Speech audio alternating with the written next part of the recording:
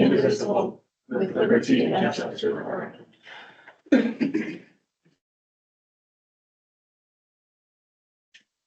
Roll call, please.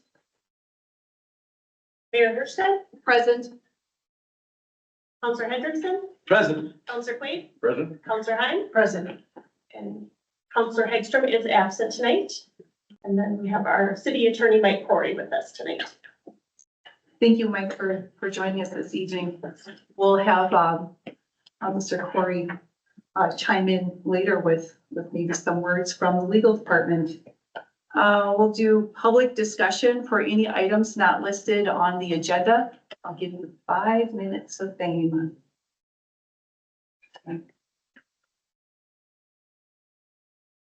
Okay, we'll move on to the consent agenda. We have the meeting minutes from February 24th of 2025, executed claims February 25th, 2025 to March 10th, 2025, totaling $50,431.61. We also have a gambling permit for Ducks Unlimited and the SWCD WCA service contract for 2025. Council, is there any item on the consent agenda that you wish to have pulled for further discussion?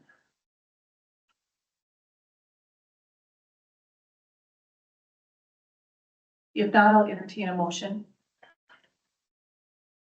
I'll move to accept the consent agenda. Thank you. I have a motion. Do I have a second? Second.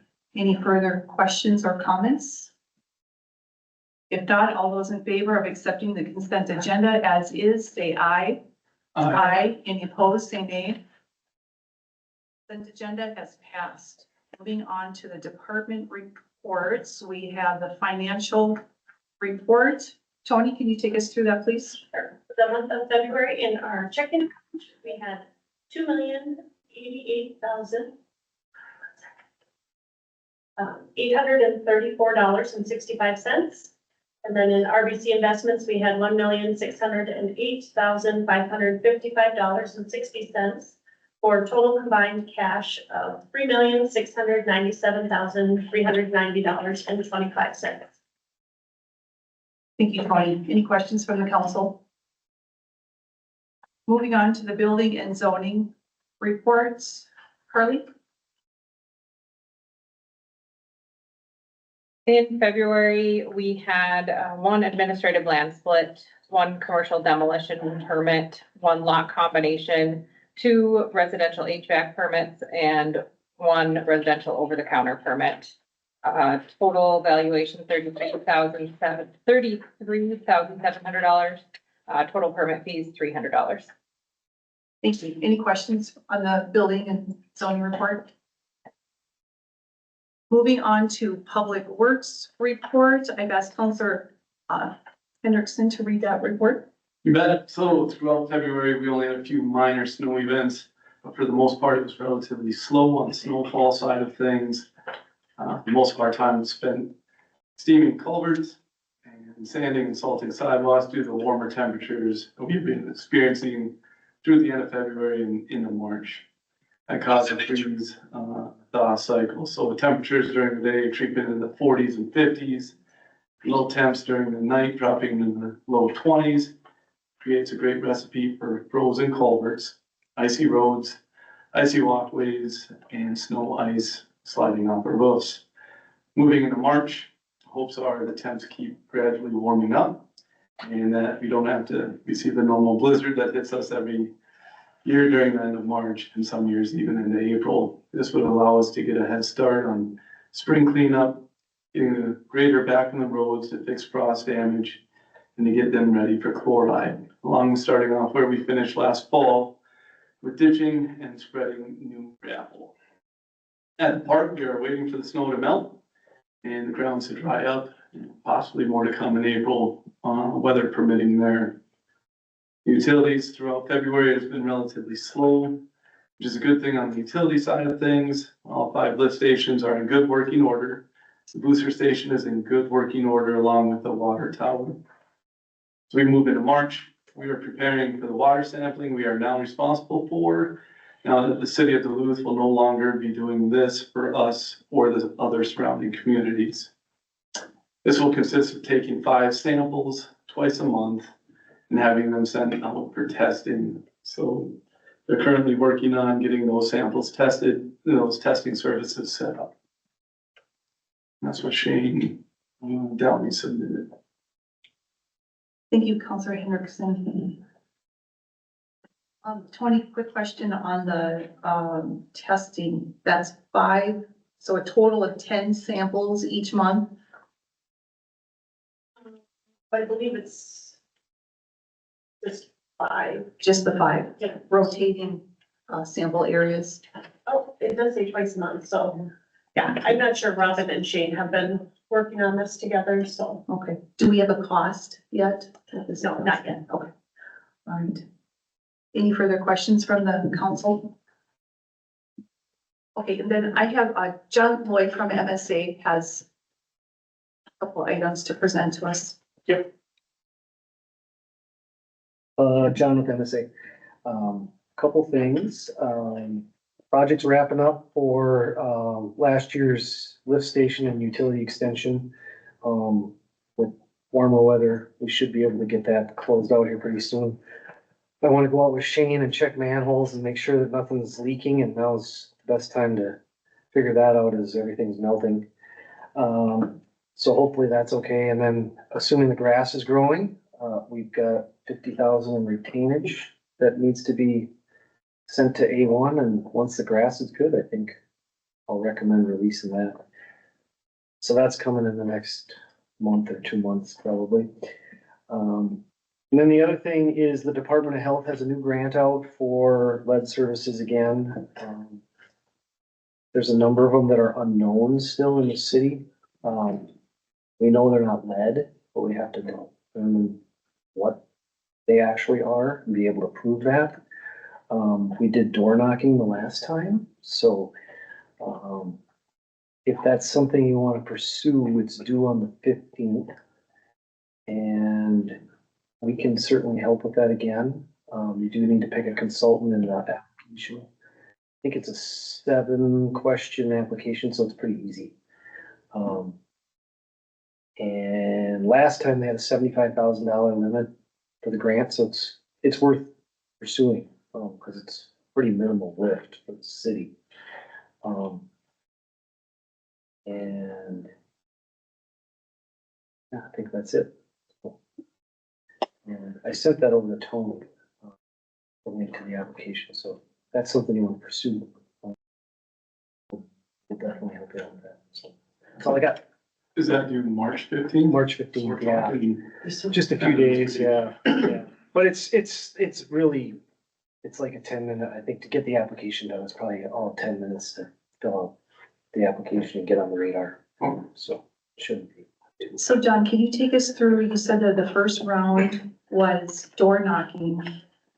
And so are we like in the second round now? Is that what we're calling this? So all the unknowns, we knocked on some doors, we didn't get a response.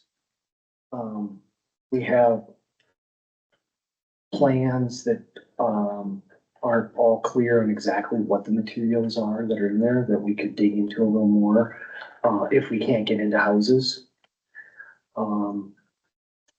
But the Department of Health is looking for an affirmative on what materials are there, not just, it's not lead. They want to know that we know that it's something else. So, but yeah, it would be a lot of door knocking again.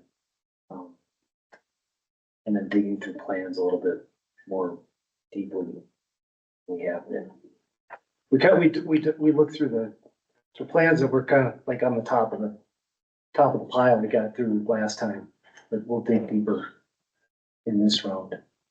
How many homes are we talking about? I think there's 137 that are unknown right now. Out of 300 some? We have over 400. Over 400 now? Okay. So round one was pretty good. I mean, that's, Right.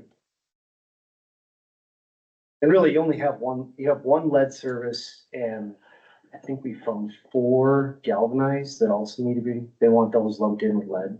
So 3 or 4 galvanized that should be replaced as well. And so this grant, is this just for the discovery of what those pipes are made of, not including replacement or assistance with No, costs associated with that?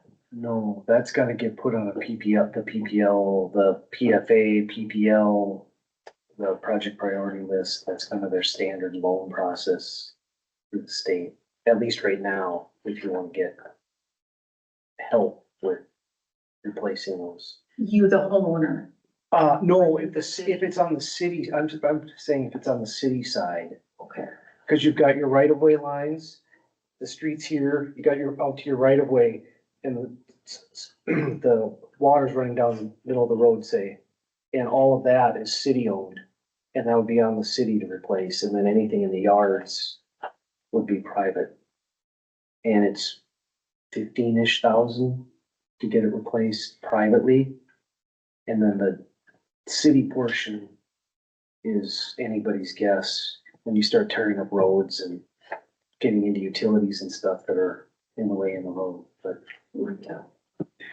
Yeah, so if you're a homeowner, there is some funding available, privately. So it would be good for folks that need to replace it to look into Department of Health stuff. now. Because- all these Yeah, funding. because that, who knows how long that money's available. Okay. And so at this point, it's just the discovery, so we're not saying, hey, you have to get this replaced this summer. That, we're not even there yet, we're just Right. discovering at this Right. point. But there is gonna come a time in the next 5-ish years, 7 years, that the EPA is gonna say they have to be replaced. So, Is, so there's money out there for the city to tap into. mhm. Do we have to identify that we need that and in specific where we need that? Or can Yes. we just apply for some now because we know we're gonna need it? No, you gotta have, so the You have the to have a project plan. priority list is what you have to go on, and you have to have a project to get on the list. Let's get this testing done. I think so. So Tony, do you need council approval to go forward with this grant process or? Yeah, I think Robin's already working on getting it submitted, so Okay. So, nothing needed from. there's no match from the city, so. Okay. Does the council have any further questions for John? All right, thank you for coming tonight and explaining this to us. Next, we have the fire department. All right. For the month of February, we had 31 calls for service, 25 medicals, 2 lift assists, 3 structure fires, and 1 automatic fire alarm.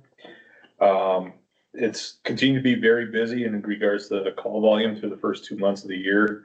Current call volume has been averaging more than a call a day, so far this year. And we haven't seen that in the last 20 years. So I just want to extend a public kudos, to all the fire department staff for continuing to answer the calls without any hesitation. We finished compiling some statistics from 2024 and, just to share some of them with you guys. We had 555 individual track training sessions last year, which equated to over 2,100 hours of, medical and fire training. Total of 264 calls were responded to with, an impressive, and it kind of blew me away, response time of 6 minutes and 36 seconds on average. Even more impressive was that 26% of those calls were actually under 5 minutes. And then, so when you talk about response time, that's from the time that we get the call alert at our house, respond to the station, and then respond to the address. So when you factor all of that in, as a volunteer organization, that's something that I'm personally extremely, proud of my staff for achieving that. And then when you take it even a step further, that average is still encompassing our mutual aid calls to Gneeson or to Lakewood that are 15, 20 plus minutes. So we're we're getting out the door really quick. And then what's continued to be the trend over the last, half a dozen years at least, we're seeing 2/3 medical responses with another third, being fire-related responses for the year. We broke it down a little bit further that 56% of our calls are happening during daytime working hours. So your typical, 7 or 8 until 5 or 6. I can't remember which time frame used, but just kind of highlights the importance of having a variety of work schedules on our staff from our members, and then also having good partnerships with those places of employment that kind of allow some of our members to be able to leave during the day to respond to emergencies. And then in total, there was just shy of 1,700 individual responses last year, equating to almost 2,200 hours of volunteer time. And 93% of calls had 4 or more personnel on them, with an average of 6.5 people per incident. And so all of this just kind of reflects the incredible dedication that Rice Lake is lucky to have in its fire department membership. And then we also held our fire department annual awards banquet in early February. And some of the following members were recognized for some awards. We had our Fire Department Excellence Award recipient, Brandon Miller. Firefighter of the Year was Sam Horn. Fire Officer of the Year was Scott Beeman. And then we handed out a Chief's Commendation Award for over 50 plus years BMS service to Rich Johnson. And then there was a list of Lifesaver Awards given out to Sam Horn, Tim Peterson, Carly Hungerberg, Mark Nemi, Jamie Berg, Chase Loisel, Al Baumgart Lavelle, and Dan Cannon. And then lastly, our training center update is we've made exceptional progress over the winter with decent weather conditions. And we basically finished up our first level of the training building, and we'll hold our inaugural training in it this week for search and rescue drills, and we're excited to be able to do that. This is impressive, Mark. This is really impressive. That I've said it many times, and I'm just gonna repeat it, because when someone calls for help and nobody can answer, I mean, think about that. I couldn't even imagine living in a society where you have to wait for an unreasonable amount of time to get someone to come and help you. And I know that there's communities that are not as lucky as we are. So thank you to you and to the people that work underneath you. So this is incredible. Great numbers. Good job. Thank you. Are there any questions for Mark before he sits down?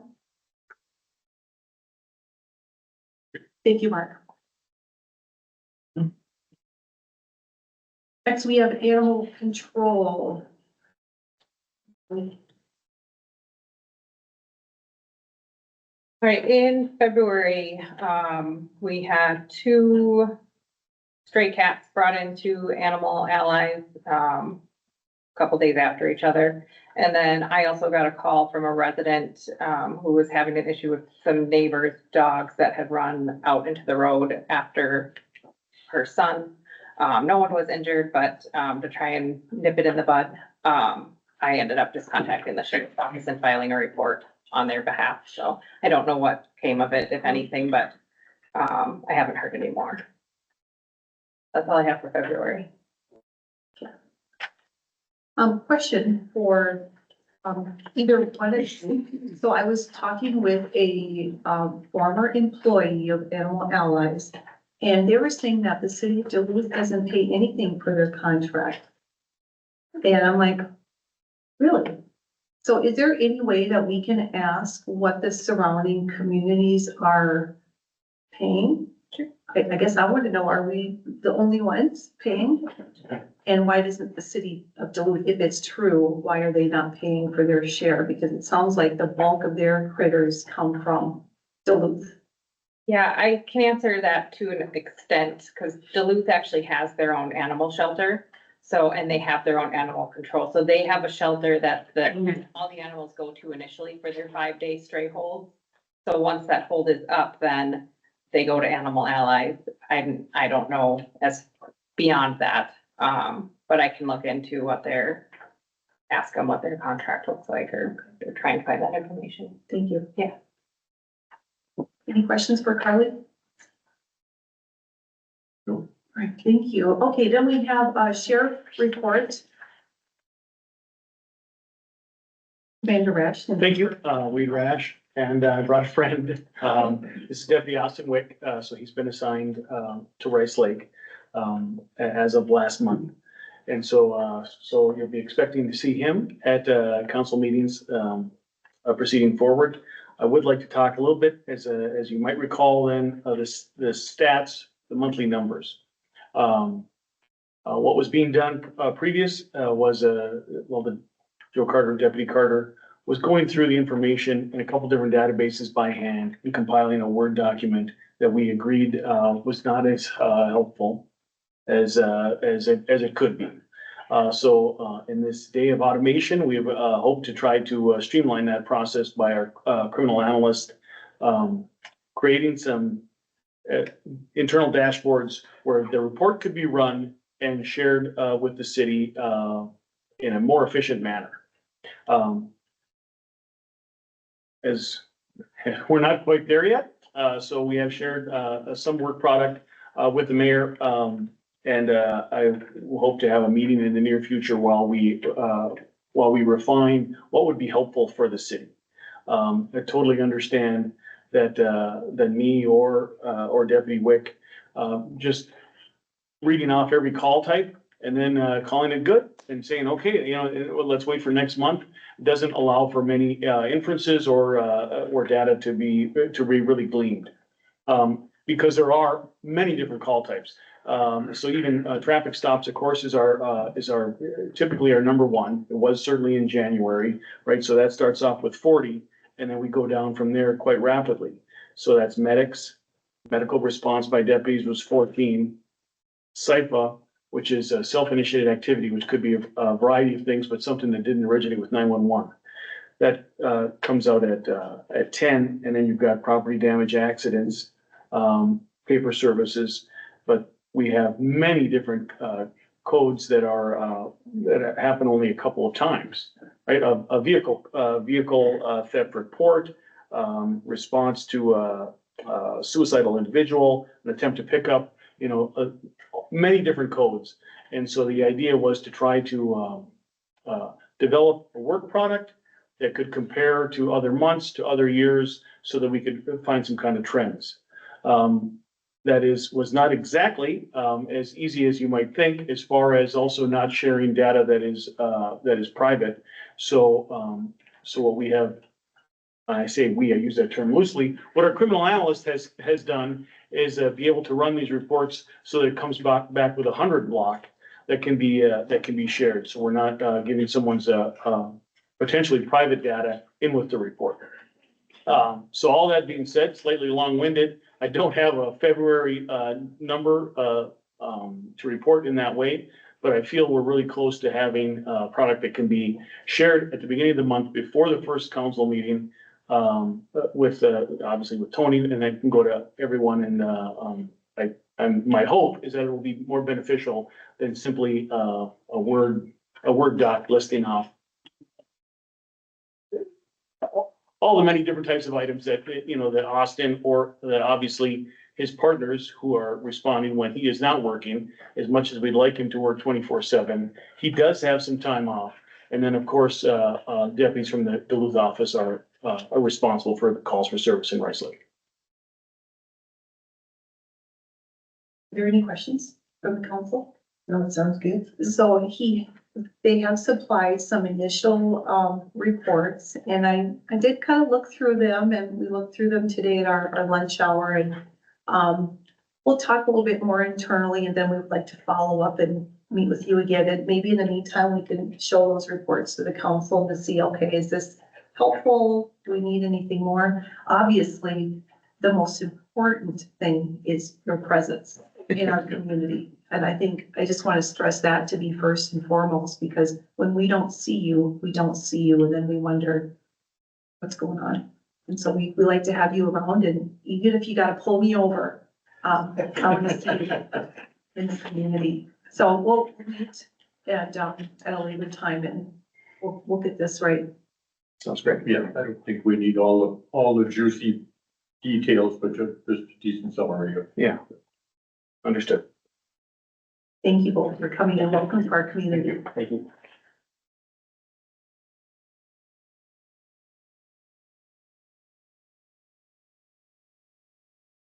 Okay, moving on to new business, we have a fire department auxiliary pancake breakfast donation. Tony, are you presenting or someone from the? Yeah, we just received this letter from the auxiliary, asking for some extra donation for their pancake breakfast. Just kind of noting that the costs of everything have increased, so they use this as a fundraiser, obviously, for generating funds for the auxiliary, and just reaching out to see if the city would be interested in making a donation to them.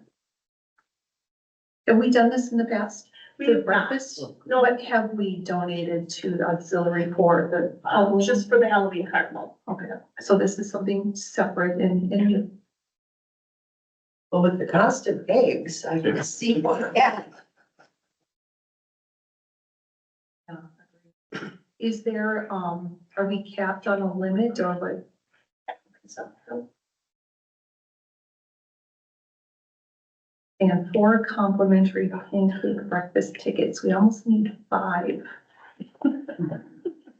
That's okay, I'll pay my way. Council, what are your wishes? I don't think 300 is gonna No, break our budget. agreed. Okay, It's a good, and it's a good fundraiser, because it comes right back to the auxiliary. So. But they price of groceries are. I'll entertain a motion. I'll make a motion to be a gold level sponsor with $300. Thank you. I have a motion. Do I have a second? Second that, please. Any further questions or comments? If not, all those in favor of sponsoring at the gold level sponsorship, $300, say aye. Aye. Any opposed, say nay.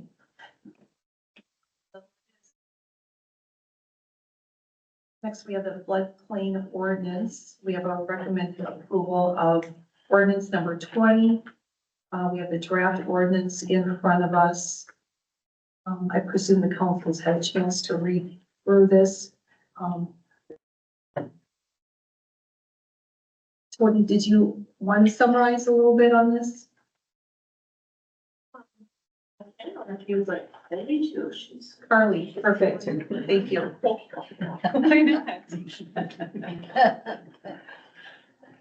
And I'm leaving.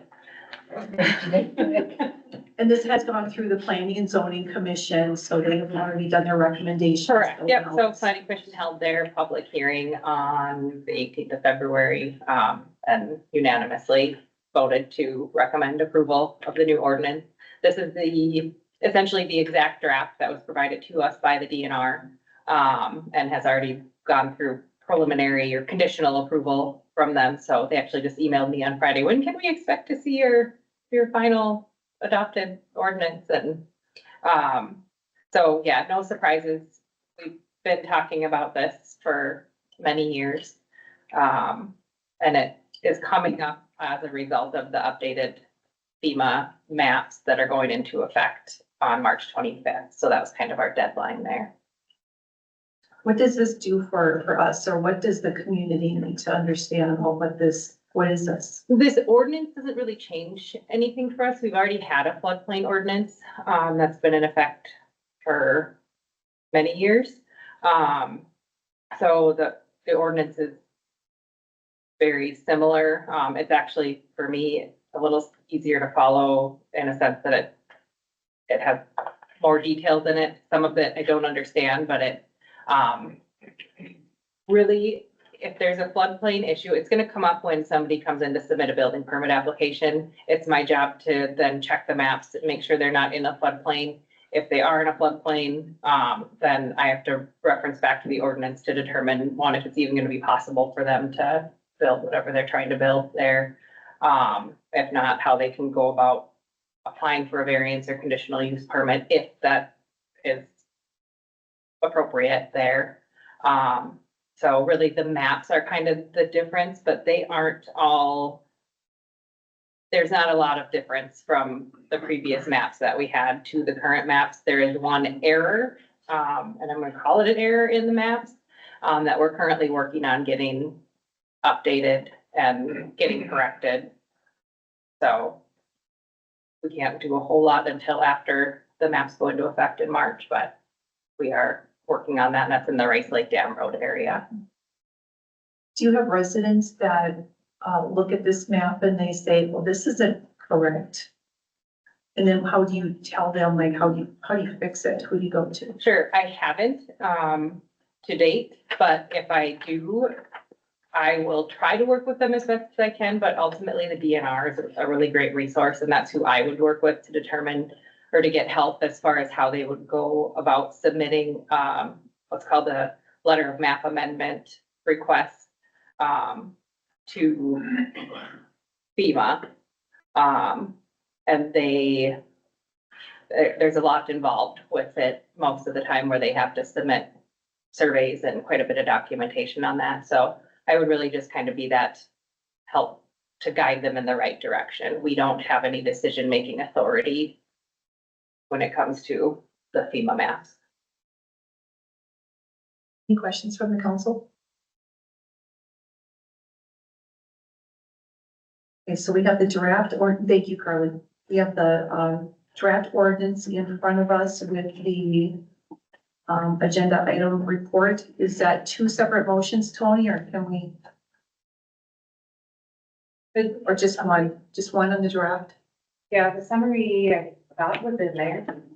You, Suzanne, you have the summary actually printed in front of you. Do you want to read that? I apologize that that was not included. It should have been.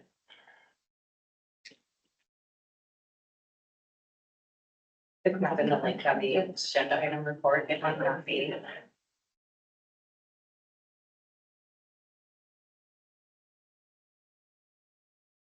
My paper's sprawled out over the weekend. I don't No, think it's one that I just gave you to sign tonight. Oh, that one. Yeah, okay, sorry.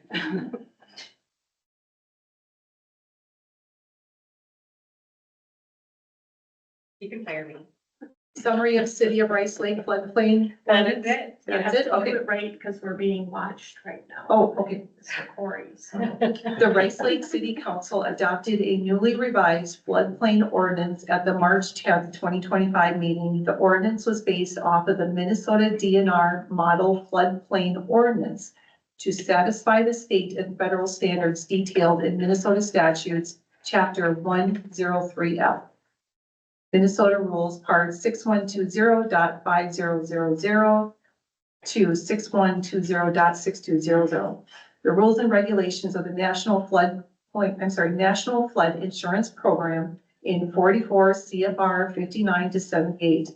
The ordinance provides the general regulations for development in floodplains, as well as procedures guiding administrative responsibilities. A copy of this ordinance in its entirety is available for inspection at Rice Lake City Hall and our website, ricelakecitymn.com. There are a couple of copies on the back table if anyone wants to grab one for light reading. Not all at once, of course. All right, I will entertain a motion if there are no further questions. I'll make a motion to pass the draft ordinance for the floodplain. Thank you. Do I hear a second? I'll second. Any further questions or comments? If not, all those in favor of accepting the draft ordinance, say aye. Aye. Aye. Any opposed, say nay. It's passed. Next, we have the SCH contract for the Martin Road Utility Extension. Mayor, can we go back to the summary? Uh-oh. For a minute, we do have to approve the summary. We do Yes, separately, this one right here. yes, Okay, let's go back. that gets published on the entire ordinance. Okay, thank you. So, separate motion for the actual summary. I'll be looking for a new motion. I'll make a motion to pass a summary of the draft ordinance. Thank you. I have a motion. Do I hear a second? I'll second. All those in favor, say aye. Any opposed, say nay.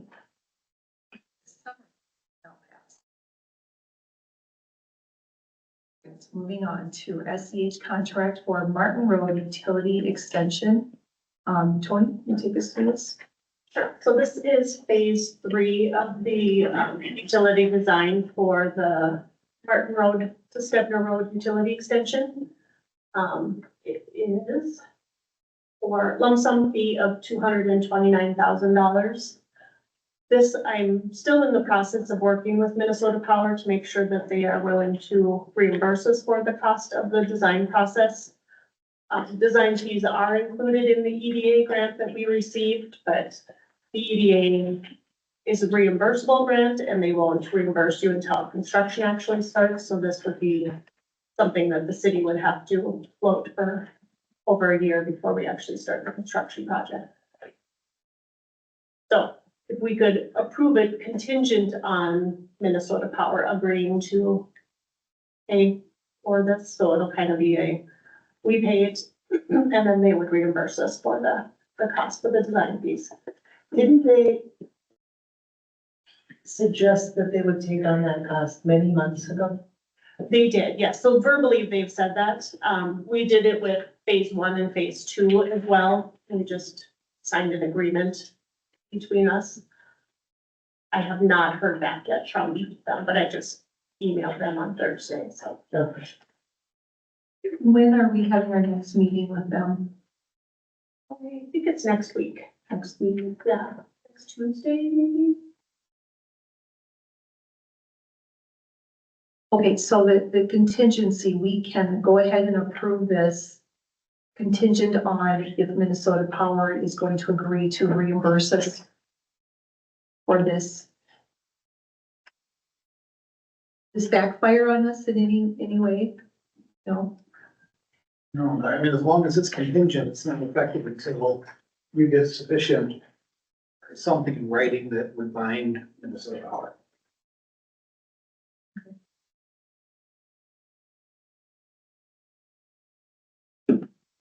Council, are there any further questions? Everybody feel good about this? Okay, I'll entertain a motion. I'll make a motion to approve the phase 3 agreement with SEH contingent on Minnesota Power agreeing to pay the $229,000. Thank you. I have a motion. Do I have a second? Any further questions, comments? All those in favor of accepting SEH's phase 3 agreement with the contingency, as Councilor Heim has noted, say aye. Aye. Any opposed, say nay.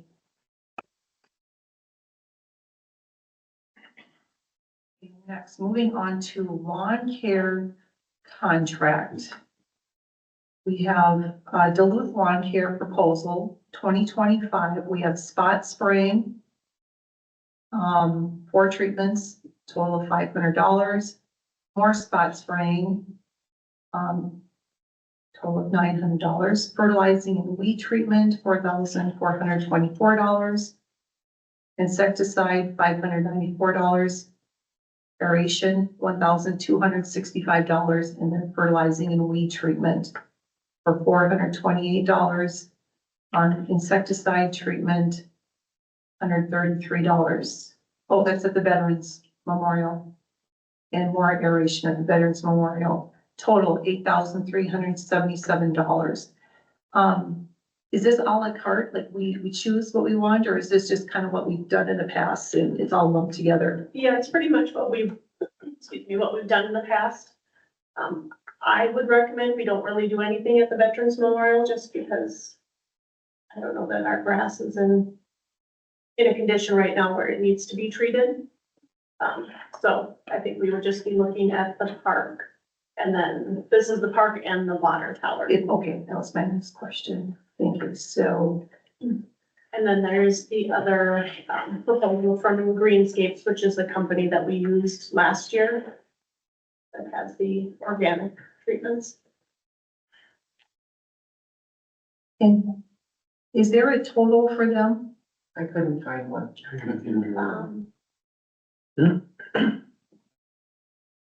of firm it all together, so, last year for the park, our total was $8,175, and then this year for basically the same treatments, it's $8,857. For both the water tower and the, That's for the park itself, and then the water tower is $405.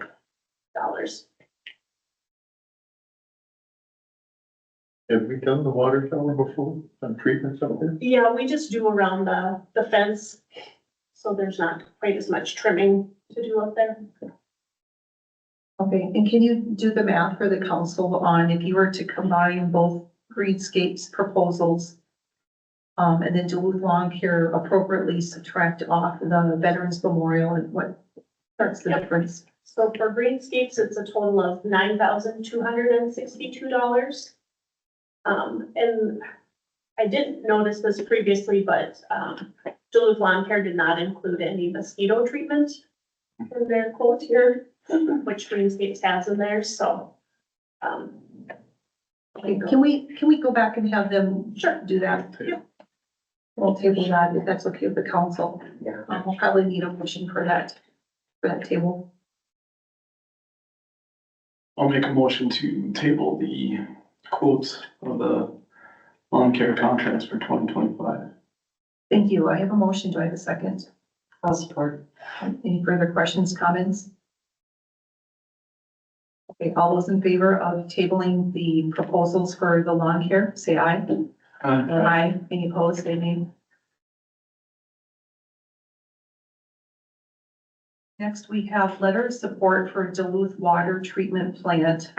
This is a request from City of Duluth for our support. Tony, can you summarize for this, please? Sure.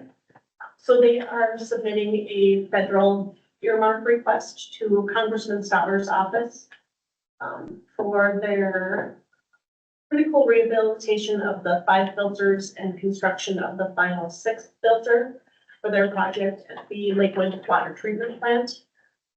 That totals $3,500,000. They're asking for a letter of support from Rice Lake as we receive our water from them, and any additional money that they get towards that project will reduce the surcharge that they're intending to apply to all the bills.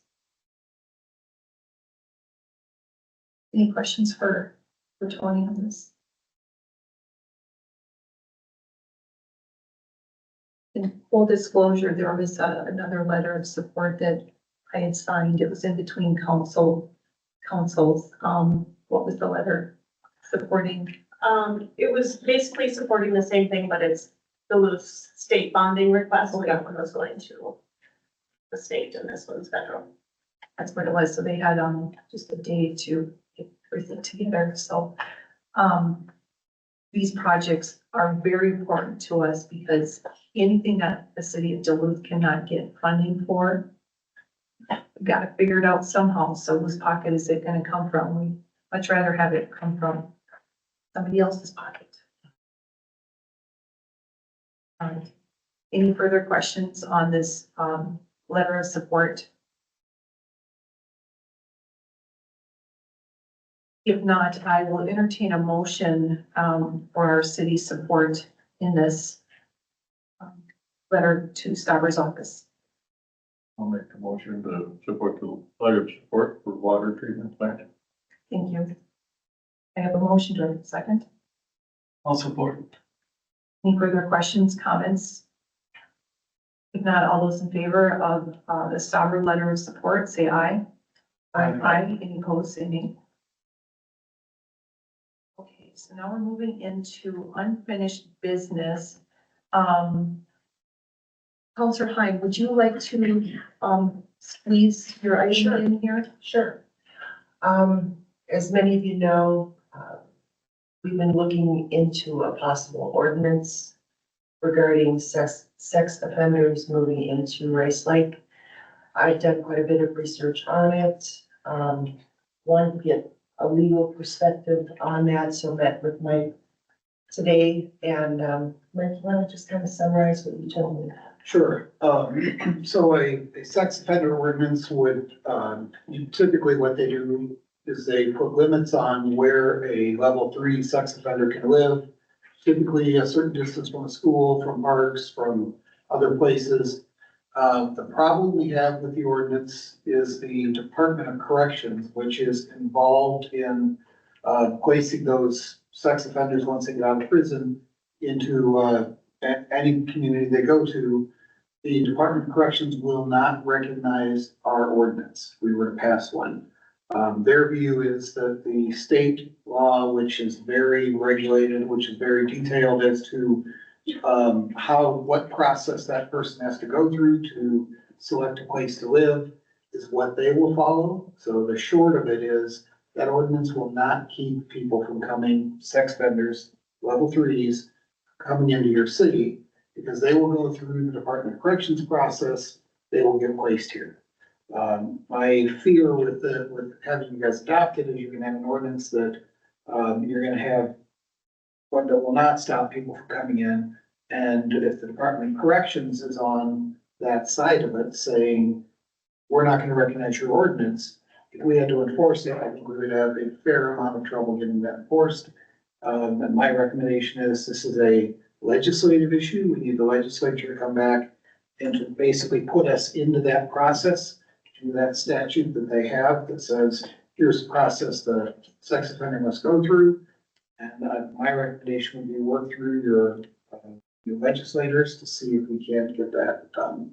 Without that, your ordinance will have no teeth, and it's not gonna be something you're really gonna be able to use to keep those folks from locating any distance from any of the sensitive places you'd like to keep them from. So in response to that, I just want to say that, we're not letting this drop. It appears to me, as I stated once before, we really need to work at this at the state level. And, so I will continue to do that, and I will continue to bring any information that I get from our legislature, to keep you informed on what things are doing, and if there's anything that we can do individually or as a community to make a difference in what is happening down in, St. Paul.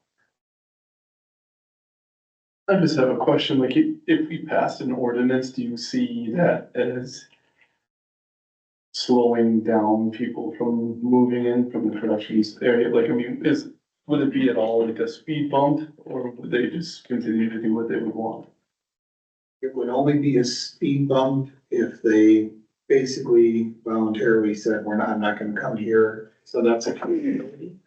But, once they say, I wanna live here, and they go through this Department of Corrections process, I don't believe it will be a speed bump at all. And the problem I think you're gonna do is send mixed signals out to your public saying, hey, we've got this ordinance, but it's not something that really works. And you're now caught in the middle between the public saying, hey, you've got an ordinance on the books, do something about it, and Department of Corrections saying, we're gonna ignore it. Okay. So I think that is not from a public policy standpoint, it's gonna end up being more of a mess than it's gonna be help. Sounds like it keeps attorneys employed. It does, unfortunately. This is something that you're not the first city that's dealt with this. This has been an issue for a long time.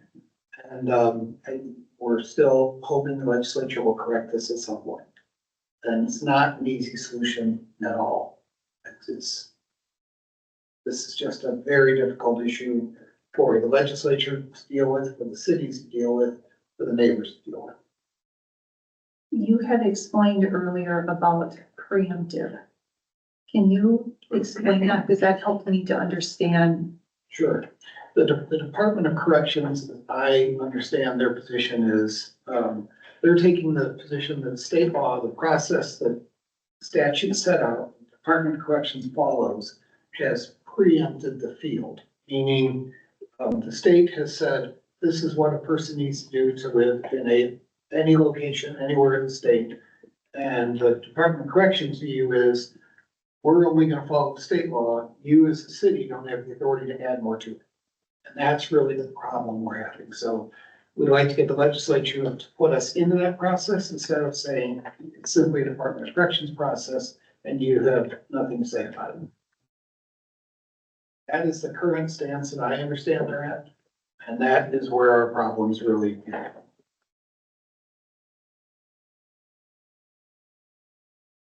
Any further questions from the council?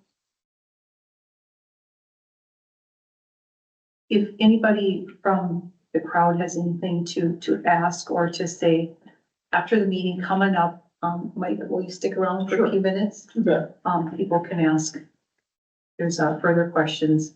To keep from beating the same issue over and over again, I would just ask that people are very polite in approaching, especially our city attorney, and scare them off. But this is a very difficult situation and we have to look at it from all angles and we understand, we feel like we've heard from everybody except the predator himself in regards to this matter, and there's no simple answer. But Counselor Heim will see what we can do. Okay, we'll move on to the Waterworth proposal. This is something that the council has been presented before. We had a gentleman present more details to us, and now city staff has brought this back, looking for approval. Are there any questions from the council in regards to this Waterworth proposal? Where did we decide we were gonna take these funds from?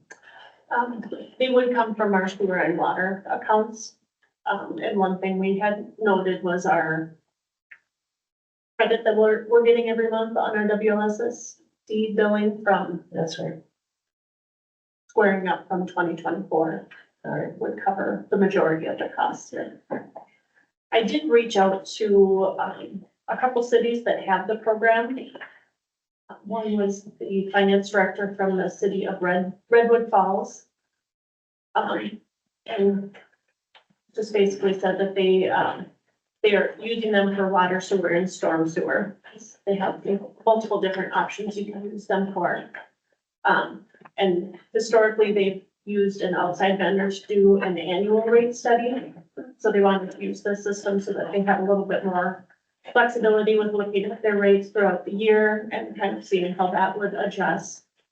They said that staff was great to work with, and help them, get all of their information in the system and just really good at helping them figure out how to kind of look at the rate analysis. And then I also heard from Carrie from the city of White Bear Lake, who's a finance director there as well. Saying they have water, sewer, storm, sewer. And so they actually worked with them to help them kind of convert from, so we bill by the gallons. They were billing by CCF, which is the same way City of Duluth does it. So they worked with them to kind of make that transition, and, helped with the analytics of that. And they're previously kind of like us using spreadsheets to try to calculate what their rate should be every year. So they liked being able to see, how their cash and fund balances were impacted by the different rate structures and rate fees that they were in the charge, so. Any further questions from the council? Just one comment. This is a company based in Canada, correct? Any chance that the strained relations between the US and Canada impact us? Like them having a roadmap of our entire utility system? No, just them saying, hell with the US. I did look, and I think they've actually got it included in their packet. If you look at who they actually serve, Yeah. the majority of their customers are in the United States, so, So they have an incentive to keep Yeah. relations good. exactly, yeah.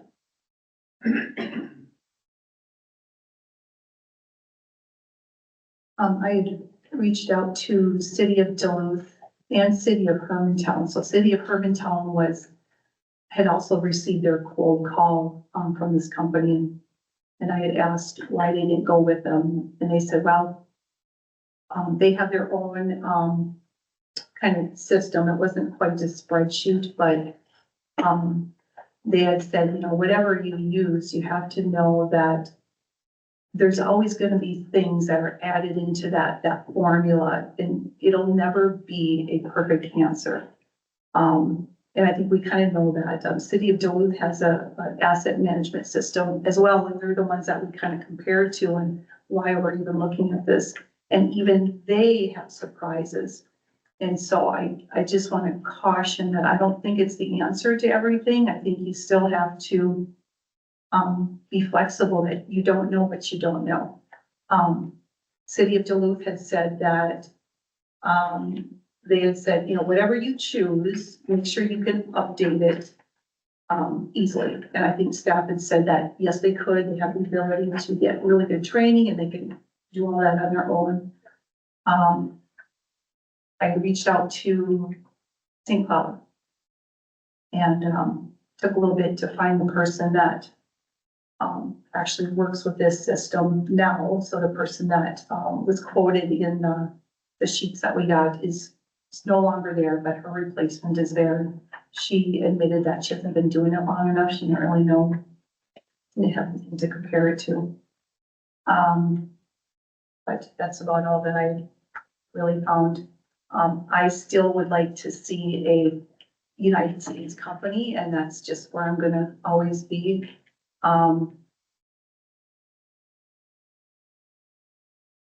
And was there something else I was gonna say? No, I think that's pretty much about it. Are there any other questions or concerns from the council? One more question.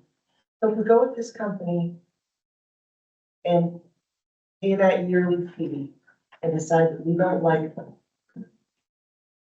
is there any penalty? Are we setting any kind of a length contract with them? No, it's year to year. Okay. And is there any additional cost we're absorbing this first year for setup, or is that just included? It's all included, yeah. So if we went with this company, decided it didn't work the way we thought it would, we're out 1 year, correct? Correct. And the cost isn't too much due to the credit that we're getting already from. That was on the books, I believe. Yeah, Right, it wasn't much of a difference. Yep. And what does the staff think of, this particular program? I checked back in with Robin and Shane, and they both think it would be a valuable asset to have. Again, until you are able to get in there and really monkey around with it, you can't tell for sure, but we just like that we can input the information and manipulate it ourselves and not have to go back to the company every time to make changes. Did you interview any other companies?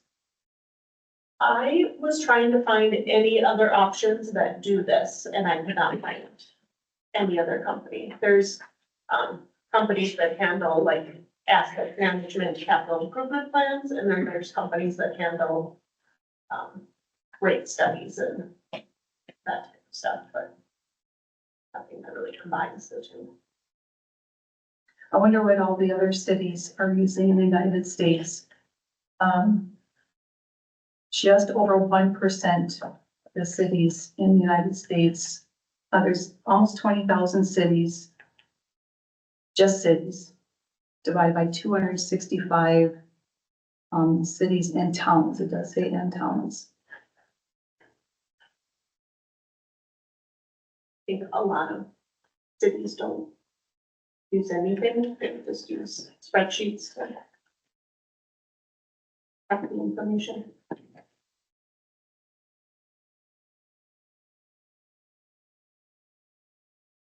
Any further questions from the council?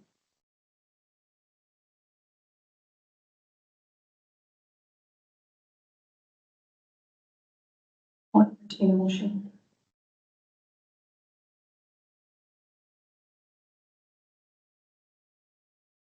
I'll make a move to accept the Waterworth proposal. I have a motion. Do I hear a second? I'll second. Any further questions, comments? All those in favor of going with the Waterworth proposal, say aye. Aye. Aye. And those against it, say nay. And nay.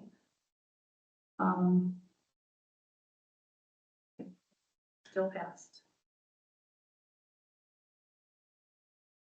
Is there any further unfinished business? If not, I'll entertain a motion for adjournment. So moved. All right. Thank you, everybody, for coming.